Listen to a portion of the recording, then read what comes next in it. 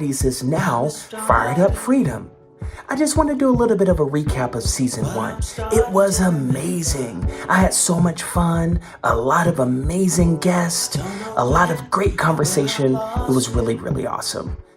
If you're someone who wants to have a growth mindset, if you're someone who wants to take action and go towards your goals, then Fired Up Freedom is great for you. It doesn't matter if your goal is financial or personal. And now that we're moving into season two, we're going to be talking a lot of different things surrounding freedom.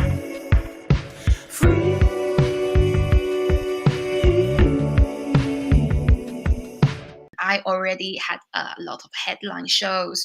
I packed a little hat, like the room in London. So by myself, I did quite well. I gave that power away based about this, but I know my situation, which was my gut knew something was wrong. Well, hello there, family. You're listening to Fired Up Freedom with Steve Ryan. Fired Up Freedom. All right.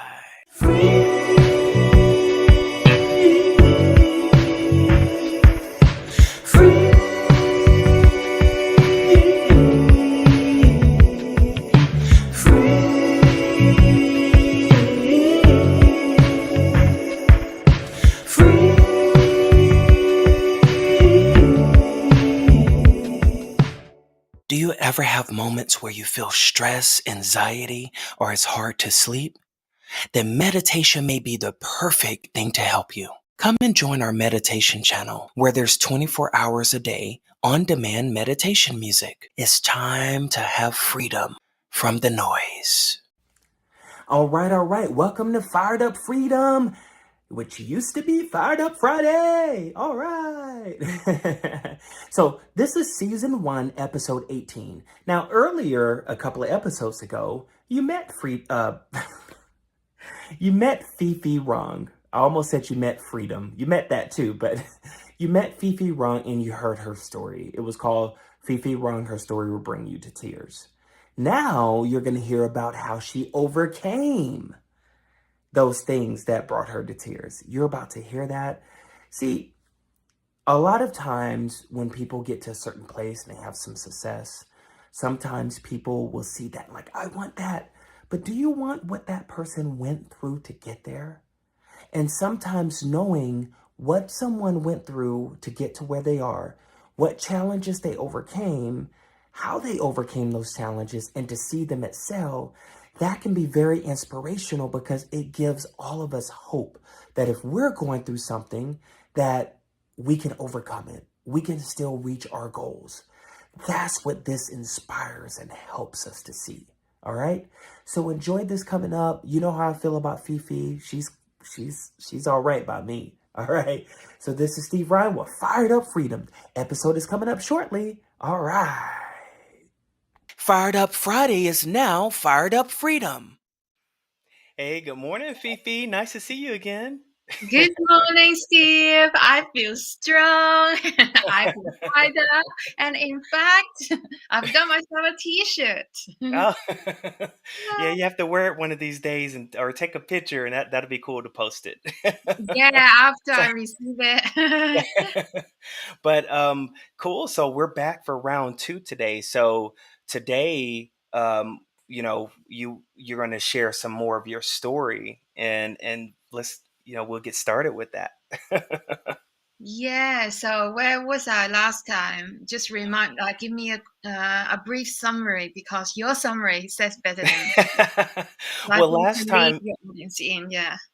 last time, a couple of weeks ago, you were telling us how you came from China and how you were in the UK and you were just, and how you fought to stay in the country. You fought like, I mean, that was life or death for you because leaving, if you weren't able to stay in the country where you were, that would have mean the death of your dream, the death of your soul. And you gave up everything. That's the part that touched us the most. Like you gave up motherhood, you gave up, your country. You had to choose, your British path. and you were forced to let go of your Chinese path, even though you're trying to hold on to your culture. With the double album, you have it in English and Chinese. And you were telling us about your story, and afterwards, that's when you were going to go into another part, but we ran out of time. So, so now it's about more about what you experienced. It was dark and pain, and I can tell during the episode, like, even though you were smiling, it was hard. And so that was one of the reasons we had to, kind of wrap it up, because I knew it was hard for you, you know. So I'm so proud that you're brave enough to come on here and finish being open with us. Like, we're all so proud of you. Oh, thank you. For me, I think the hard thing is usually experiencing at the moment. So as soon as I'm done with something, it doesn't stay, because that sort of experience, it was a difficult decision. So during the fork in your life, a small decision will take you into a complete different destiny. So carrying that kind of weight, it wasn't a hard thing as a memory, it was a proud thing. So when I talk about those things, it's actually a pride. I feel I've chosen the right path. When they always say, if you do the hard thing now, your future will be easy. But if you do the easy thing now, your future will be hard. So I did a hard thing. So and I chose the right path. So then right now I'm a happy person. But then there is the other part of, there are certain things people have experienced that leave a stain, leave a mark, or leave a residual feeling. And that's leads is a perfect segue to what I'm about to say. That's the kind of like during my artist journey for the past decade. And I think you given the background to make it the seriousness of how much I didn't just easily choose this path and then I meet something. It was all that build up of the 20 years and the sacrifices and the putting all the eggs in one basket to say, I'm going to do it and I'm going to make it. Right. Like, so that's kind of like the sentiment. And then the most scary part I have to point out, that's the starting point of how big of a gamble this is. Because artistry is not something like you just choose a path. I'm a great artist now. I've chosen my path and I'm just awesome and everything is successful. No, the reality is, for the first 5 years you don't know if this is for you. You don't. You just have to have the possibility and the chance to give yourself the possibility and the space to develop and see if you are a true artist or not. So during that time, I was trying to um, find my own identity. This is who I want to be, ideally, but this is how I feel inside, which is I'm not worthy. I'm not good enough because of the childhood growing up, deep belief that I'm just not an artist. So it did take me 5 years, the first 5 years to believe that I'm a good artist. But that psychology has a great, great egoic side to it. So when I say ego, people think ego is being arrogant. It's not. It's about being insecure. So so ego is basically there's another part of you that you think that is not you, is what you should be, or you think is a false identity, is a false self. So the very beginning, a lot of, I think, new writers go into the space of writing. You think, oh, I've done something great because I was on a high, because I had nothing to lose at the beginning of writing. So then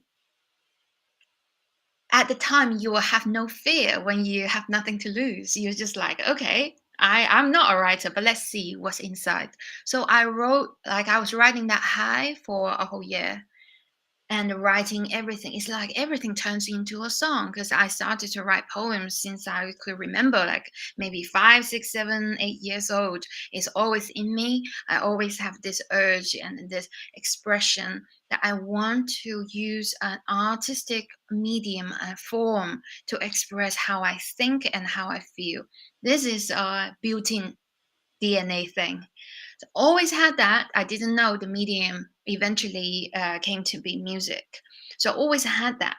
So I was doing music for the first year, and all those like diaries from the journals and all that kind of little things turned into songs, and I had no problem in writing. But my ego wasn't developing at the same time as my writing, because that wasn't development. That was like cleaning out a pipe, so to speak, as in you build up so much stories and so much like a darkness inside, and you just letting go and letting everything out. So after the first period of time, I went into um, limbo state where I just like touch the computer. As soon as I moved closer to the computer, I started to have an ego kind of issue, like a performance anxiety. Remembering yesterday I couldn't perform, yesterday I couldn't make anything, and you're starting to think, what if I can't deliver what I did before? Then because my self-esteem was so low, it's tied to the work that you deliver. I think Amy Winehouse said that, like, her entire self-esteem is depend on her last work. So, for artists, I think we need to work on that, because that shouldn't be. Right now, it's just like it doesn't matter at all. Like, I'm having a really great time creating right now. But back then, it was really difficult. So there was a blockage for almost like a 56 weeks. And I had a song to end that period of time. I did stuff, but then I didn't do anything good. So there was a song in my first album called 56 Weeks, and I finished the recording on a Christmas night, Christmas Eve, and I did actually worked 7 Christmas Eves straight in 7 consecutive years. That's Yeah, I was just making music. I was like doing the side jobs. I was doing 3 jobs because I mentioned my financial situation. So to be in this country, although I found a job, but to stay in this country, I need a different kind of tier visa where you need high income. So I have to do 3 jobs and a PhD on the side, just to ensure that I'm staying in this country. So those years were mainly the struggle to stay, and also the struggle of the self struggle to identify myself as an artist. So that's the first few years. So after all these struggles and going into the next phase, was things starting to happen. And I had this like collaborations. I starting to get acknowledged, and Chinese newspapers starting to write about me, because they realized that I was the first Chinese, as in Chinese-born artist that's been recognized by the the legendary status of Western artists, as in like the world class. I'm talking like a Tricky, Yellow, people like that. They are the world class at the top A-list people who have been there. Maybe he's not there now, but he's a legendary figure, right? So I was the like kind of like the only person who does my stuff and being recognized and recorded into their album. So that got noticed in China and also here as well. So I got a lot of interviews and a lot of this and that. So by this time, I was fiercely independent. I had like a label came to me, but I was like, I'm scared. I don't know who you want, because I had like, I'm just like insecure and stuff. So I put myself in the studio producing music and everything. I just focus on the craft for a very long time. So during, I think it was 2014, end of 2014, I already had a lot of headline shows. I packed a little hat, like the room in London. So by myself, I did quite well. I already like established, I got my image, got my music video, got my releases and everything. So I wanted to go to the next level. So the next thing, reasonable thing to think about is to find a manager, right? So at that time, I my energy and the vibration at that time was vibrating at a certain level, right? And I think I was in China, and in China was like participating some like a big show. So I was in hotel, I was writing songs for Yellow. And I came back, that was in 2015. And then I run into this management. So I thought this will take me to the next level of success, because I thought independently, because younger artists, like newer artists, always thinking that way, isn't it? It's always a self confidence issue and thinking, I can't make it by myself. I need somebody to help me. This is a really common thing. I need a label. I need something. Until all these like major label artists, like, so, oh, if they're lucky, they got out alive and free. A lot of times, like, the emotionally, psychologically got ruined in some way. We all have this kind of journey, and this what I'm about to say is my particular journey. Because I've already worked through a lot of meditation retreats, spiritual retreats, so I come to a very neutral point.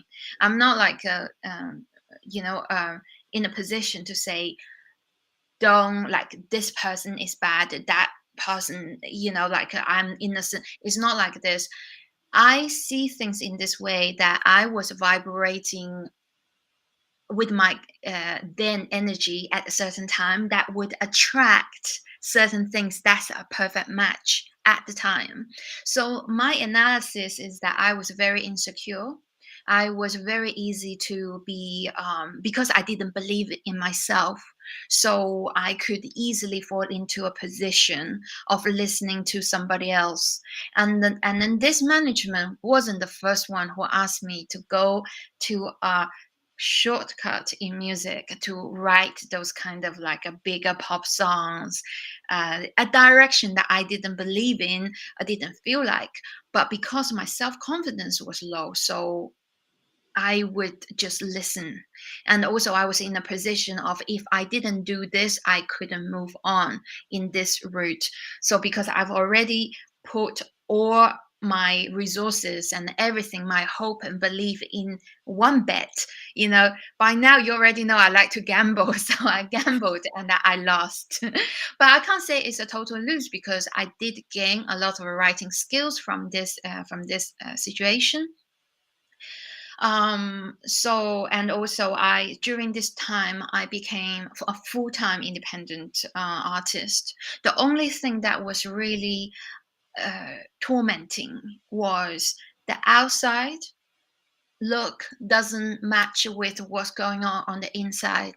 So I was putting on a happy front, but I was losing myself very, uh, because like being a self-empowered artist, being an independent artist, the most important thing is to trust yourself, trust your own decision, trust your musical direction, and me being in the center of my own world, of my vehicle to move forward. But at this point in time, slowly and slowly, I gave that power away. And this was, it takes two to tangle. From the management point of view, they want the best for you, and then they don't want to, damage you, because that's not good for anybody. But a lot of times when this kind of situation happens, there's always like a self-interest and self-preservation in any entity, like that's living. We always have like a what's in it for me, what's good for me. So during the time when I wasn't standing my ground firm enough with my direction, I went through maybe 6 months of battle, like 6 to 8 months of, I want this. I'm arguing, fighting for my corner. Slowly, I give it. I give it. I give in. I give in. I give in. Until probably the second year, I couldn't make a decision without asking the management. No, that's not true. I couldn't make a decision without internally thinking, what would he think? And that's the problem, right? Of course, I can keep arguing forever, but it was really subliminal, and I was in a place where my ego was telling me I had a separation, because my ego was telling me that my true self was telling me this doesn't feel good.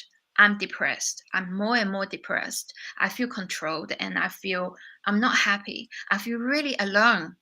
I can't tell anybody about this, right? Right. My ego was telling me, you want success, you want to get through, you have given 20 years of your time into this career that you're living now. You are not going to waste the last 2 years you just investing in your own bet. You need to keep going. And even when my soul was telling me, this kind of music touches your soul, that makes me cry, makes me feel like I have goosebumps, this kind of thing, you don't feel anything. But my logical ego mind, I still say, but that's I would justify and justify. I justify for 3 years. Fired Up Freedom will be right back after these messages. Do you ever look for certain services or products and it's just hard to find and you want to know if someone else has used that before? Well, visit my resources page, steveryan.com/resources, steveryan.com/resources. My gut was always feeling off.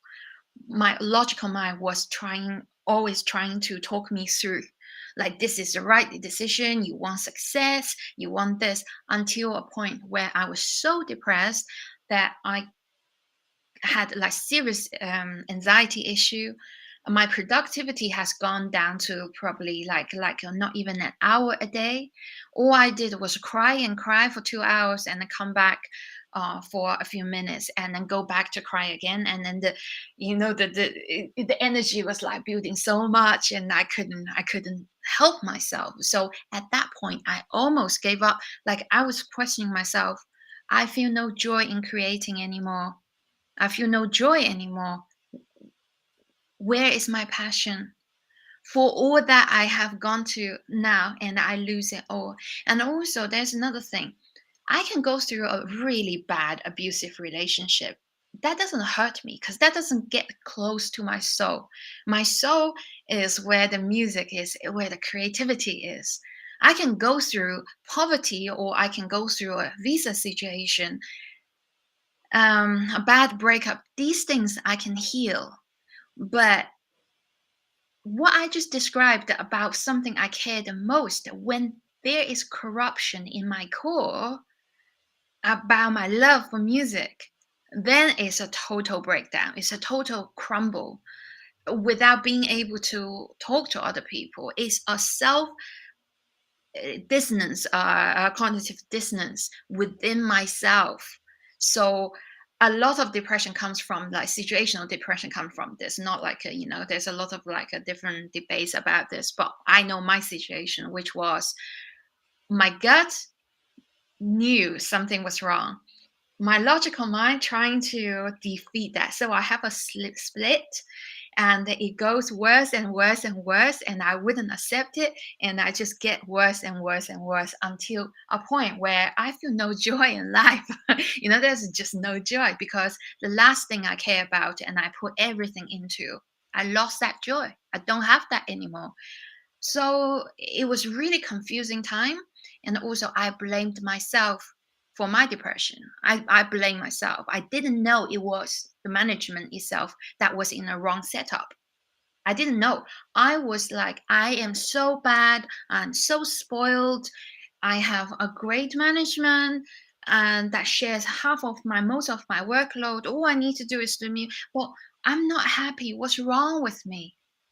So that was my thinking process, but slowly that I worked through it. So when I hit the rock bottom, there was something that happened that gave me the strength I can't really go through what exactly happened here, but just like it's like the universe. It's like if I have a guardian angel set something up to make me realize, it's like a broken the glass. The light bulb is on to make you think, hey, you need to wake up, you need to do something here. And then I decided to leave that.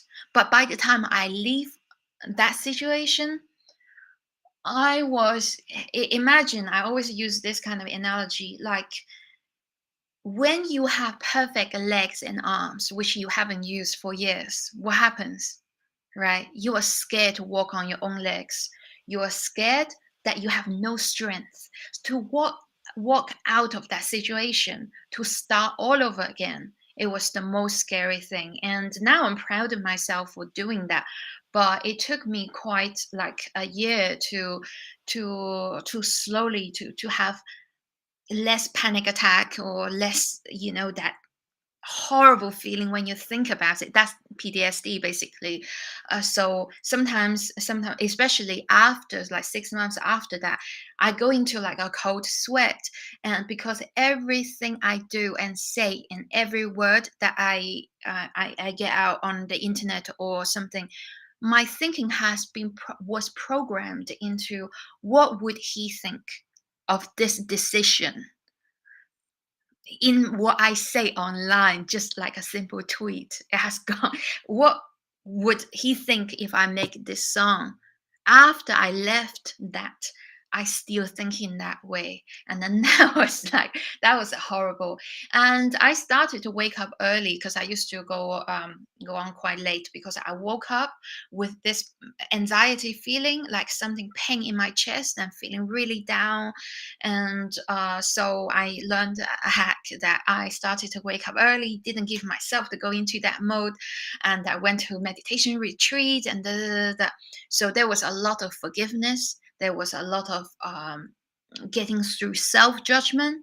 So a lot of spiritual work to do through coming out of that, to learn true self confidence. Right, this one management is not the gospel, which I thought it was. It's like his opinion is above me, above mine.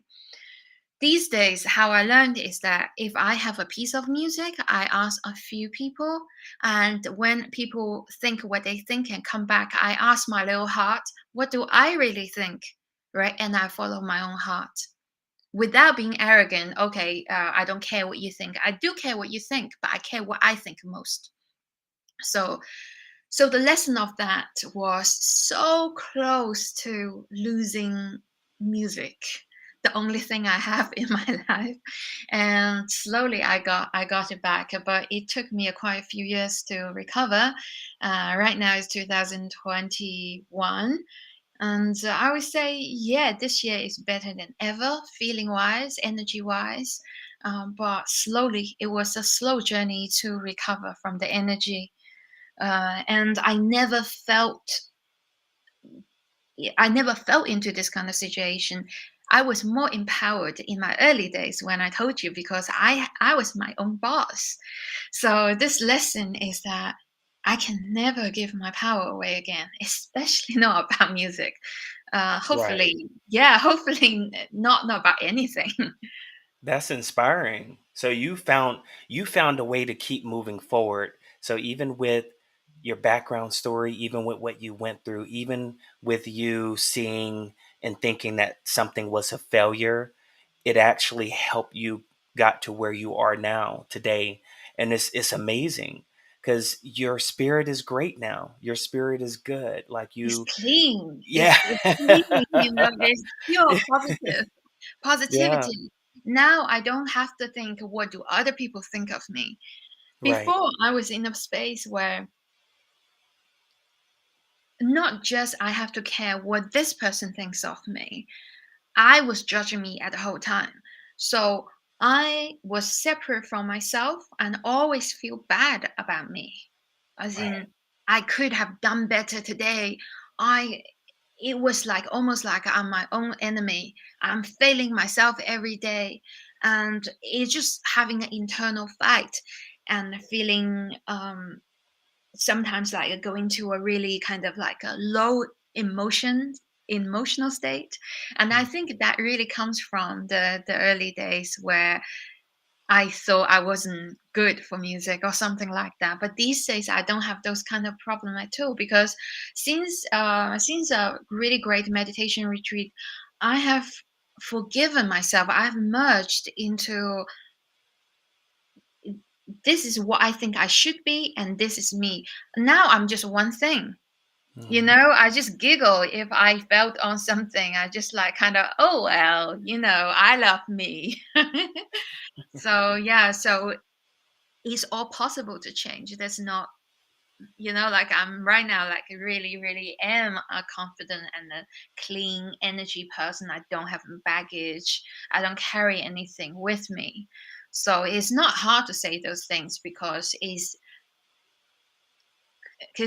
kind of like a great thing to get through it Right. and recover it. Yes. That makes sense. And I feel like anyone who's listening or watching will be inspired because you're the classic definition of not giving up. Like you found a way. I mean, just everything about your brand is great. I mean, you take wonderful pictures. I mean, for you to run your brand and run everything is amazing. Like it's just when you look up fifirong.com and you go there, it's just this beautiful art. Like you can just tell everything has been so detailed and you put a lot of passion and care into what you do. And that's amazing. I always tell people I have a low tolerance for embarrassment. It's like I'm not a perfectionist at all. I'm the least of the perfectionist, but my level of acceptance is quite high. As in, if I fell below this line, I'm embarrassed. So I have to keep to a point where, as long as I'm not embarrassed, this is okay, good enough to see the world. And usually that bar is quite high. So. That's pretty good. Yeah, one good enough is good enough to go out. I never really dwell in, okay, let's delay this because I want to get it perfect. There's no perfect for me. There's Right. only good enough. Yeah. That's true. Yeah, because sometimes it's the things that we think is imperfect actually ends up being this great, marvelous, awesome thing, you know? The imperfection, I think that all comes down to the art of being an artist because you are a piece of art by living your own life. So, for me, being a true and a good artist is the fearlessness of being yourself. So, whatever you do, the purer you are close to that childlike fearlessness and authenticity, the better of the artist you are. That's the only judgment to how good of an artist you are. You are not comparing yourself to this godly something, right? You're Right. comparing to something to your honesty. What is really inside you? So that's what I have gathered.